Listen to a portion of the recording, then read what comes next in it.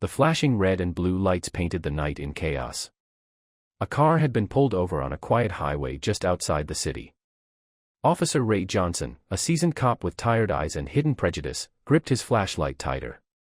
The man he stopped wasn't nervous, in fact, he was calm, confident, and strangely familiar.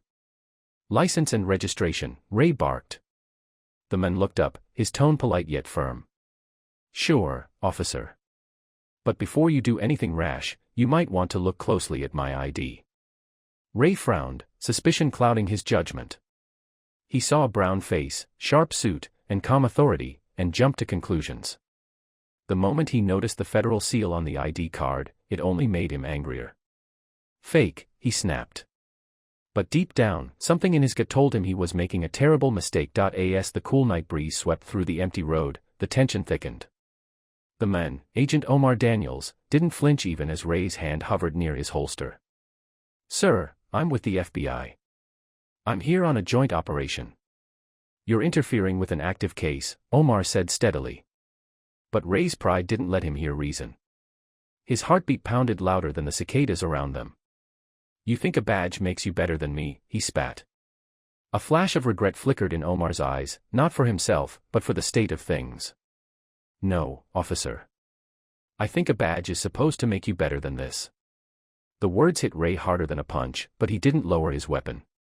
The situation was spinning out of control, and the sound of approaching sirens would soon change everything. The sound of tires screeched behind them. Backup had arrived, but it wasn't Ray's doing. The chief's SUV rolled up, headlights cutting through the darkness. Chief Harold Simmons stepped out, his face unreadable. "What's going on here?" he demanded. Ray, sweating now, tried to justify himself. "Sir, I stopped this man, he's claiming to be FBI, but I think," the chief held up a hand. "Stop talking." He turned to Omar, who calmly presented his ID again. The chief's expression shifted instantly. Recognition. Respect. And then, disappointment. "Ray, do you realize who you just held at gunpoint?" Ray's mouth went dry. He's really." The chief's voice trembled with controlled anger.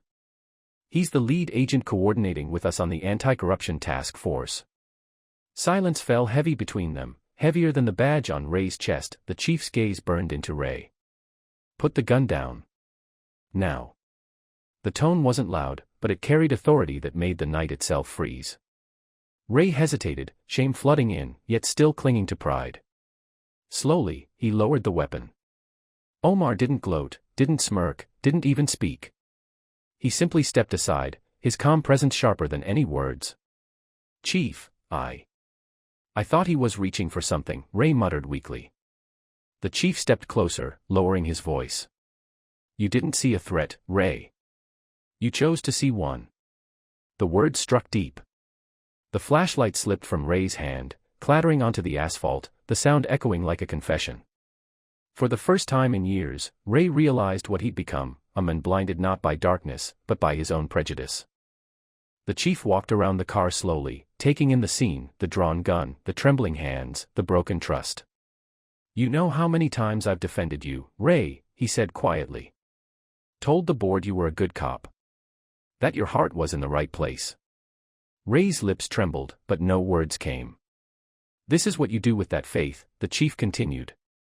Omar stood silently by, watching the exchange not with anger, but with sorrow. "Chief, I'm not pressing charges," Omar said softly. "But this can't go unaddressed."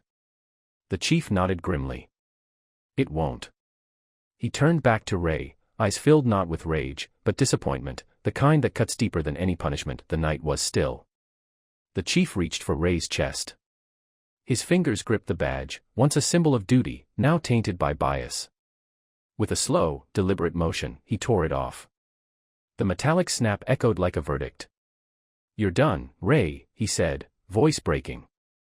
Ray's world collapsed in silence.